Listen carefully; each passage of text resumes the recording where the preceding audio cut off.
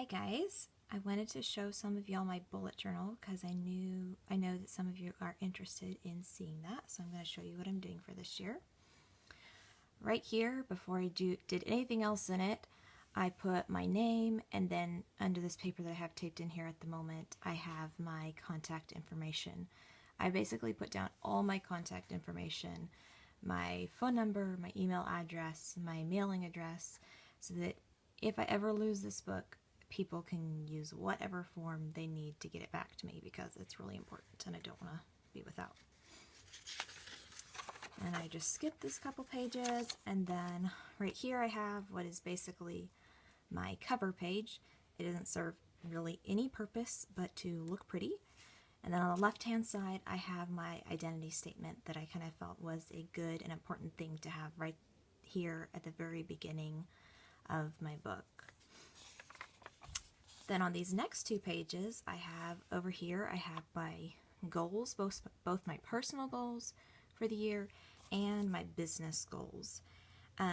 These business goals are honestly not nearly as important as the personal goals. I feel like the personal goals are just a much higher priority to me. Over here you can see I have just the year at a glance, just mini calendar. That was really fun to make, and I feel like it's really cute how it turned out. Over here I have my key with the different indicators that I use.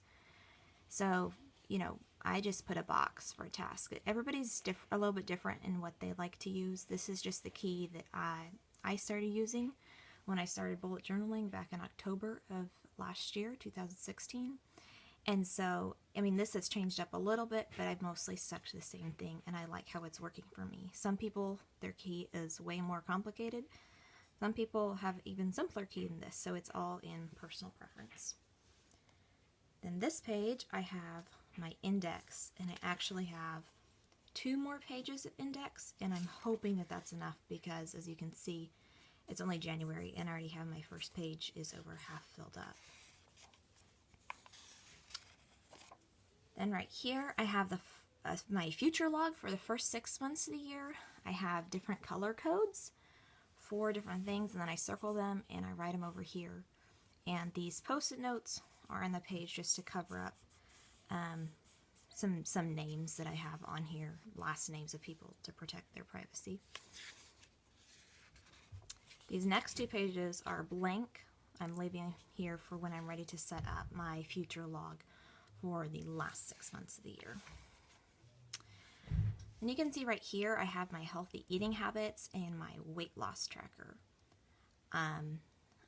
Some of you may know I've been following the Trim Healthy Mama plan for the last couple years.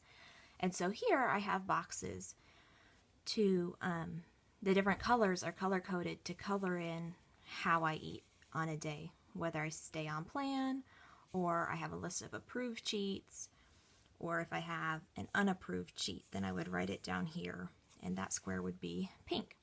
I also have one for corn or potatoes, which are not like technically on plan, but I eat them sometimes and I don't consider it like an all-out cheat.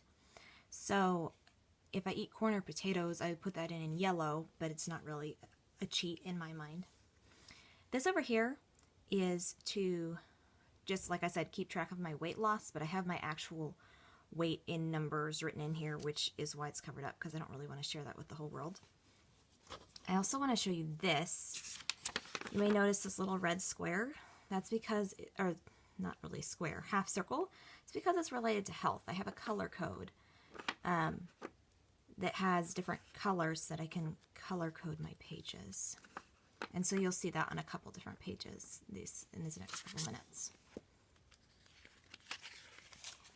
Then right here I have also more health stuff. I have a health tracker for as far as how I feel in a day. I'm working on healing adrenal fatigue, and so I want to know when I go to my doctor and she says, "How have you been feeling?" I don't want to have to think about it because I've tracked it every single day and I know how I've been feeling overall. And this right here is just, I have these little boxes that I can write if I need to buy any of my certain vitamins in a given month. So I have a column for each month of the year, and I'll just write in whatever vitamins I need to buy, and that way when I go to place my order, I don't have to go look through all my vitamins right then because I've already kept track of what I need. These next two spreads are basically the same thing. Our church is going through the Bible together. As the whole church, a bunch of people are doing it.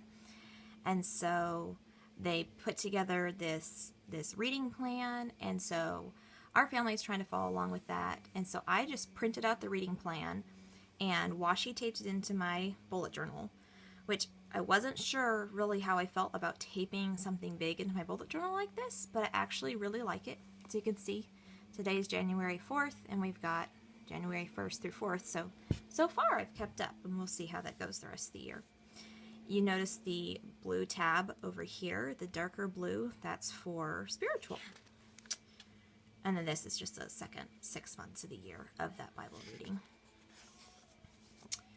Right here I have monthly tasks, things that basically need to be done about once a month just to remember what to do, and then I'll just like check them off when I do them. Now, they don't all need to be done every month, but this way I can keep track of the last time that I did do them.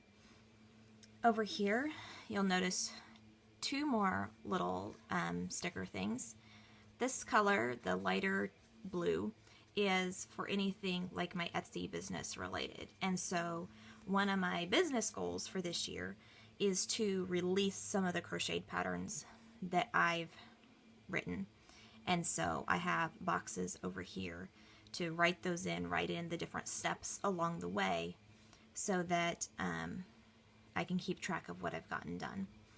And you'll notice here too, all these pages are numbered so that I can put them in my index. These next two pages are paper clipped together because they're a little bit more personal. I don't want to show them, so we're just going to skip those pages and go over here. These two pages are ones that I also had in my last bullet journal. I have a page of page ideas for pages that I could do in my bullet journal because I'm constantly having new ideas and I can't always implement them right in that moment. So I just write them down for later. And then this page is just a random assortment of things that someday I would like to get for myself. It's just kind of a random thing. This spread is one of my very favorites. I saw the idea for it on Pinterest, I believe. And so every time I read a book this year, I will write the book name down, probably the name and the author. And I'm thinking about maybe even rating it if it's a new book that I haven't read before, kind of rate it and say how many stars I would give it. But I just think this page is super fun, how it turned out with little bookshelves with books on it, but it wasn't an original idea. I'm not sure who it was that first did that. Then over here, I have this to-do list, never-ending to-do list. So as I think of new things that I need to do, particularly things that aren't like super urgent, then I just write them on this list. This page right here, as you can see, is blank. I wanted to wait to start my January spread would be 2 pages open, and so I didn't have anything specifically to put on this page. I have an idea for what I want to do with it, but I just haven't done it yet, so I just left this page blank for right now. Then right here, I have the start of my January spread. One of the things I started back in October that I really, really love is keeping a gratitude log for each month of just various things that I'm thankful for. Or, like the first was actually kind of a hard day for me for various reasons, so I just kind of played the glad game with myself and found things that I could be glad about even though I wasn't thrilled with the situation as a whole. Which my day did actually end up getting better, and we got to go have lunch with friends, and that was really fun, so that helps. And over here, another thing I always do is I have a habit tracker, and I actually, contrary to what this shows, I actually have completed several things for today. It's just that I haven't colored them in yet. So I have a variety of different trackers or different things to track, and a lot of these are very practical things, you know, that otherwise I might just get lazy and forget to do, like taking certain vitamins or whatever. But I also have some things that are just, I would really like to do if I could. Like, I feel like it'd be really healthy if I could read a book for just like 20 minutes in a day. And that doesn't happen very often, but it's on there so that I can track when I do have time to do that. Then right here, I have my first weekly of the year. This is very, very much how I typically do my weekly spreads. I just really, really like this layout. You can see I have a sleep tracker here. I don't even know why I really like this, but I do. I just really enjoy the sleep tracker. And so far this week, I'm actually doing pretty decent on getting enough sleep. This right up here is kind of a week at a glance. So when I set up my week, basically I set up this page, and then anything that I know is coming up in that week, I write it here on the corresponding day. And then right here I have a list of tasks to do this week, hopefully accomplish them all, but that doesn't always happen. Sometimes I have to migrate them. And then these are things that I know I want to add next week or put on my to-do list for next week. Then as far as my dailies, I try and keep it all to one page because I like to see my whole week, everything in my week all at once. So I set my daily up the night before, and so basically anything that doesn't get finished I'll usually move to the next day. Or like you can see yesterday I was going to do this, make red raspberry capsules, and I didn't get that done, and I didn't think that I'd have time for it today, so it's migrated backwards to this list instead of migrated forwards to today's list. Again, you can see these pages are numbered, but I'm not actually putting my weekly spreads in my index. So whenever you see in my index that there's time missing, or page numbers missing, like right here I went straight from 24 to 27, that's because that was a weekly in there. So the weeklies are still numbered, they just aren't listed in my index. Then right here I have the rest of my January spread, which normally this would have gone right after my gratitude log and habit tracker, but I was really tired when I was setting stuff up for January, and I forgot to put these in there, so they're after my first weekly. I'm keeping the same colors for color coding on here as I do my future log.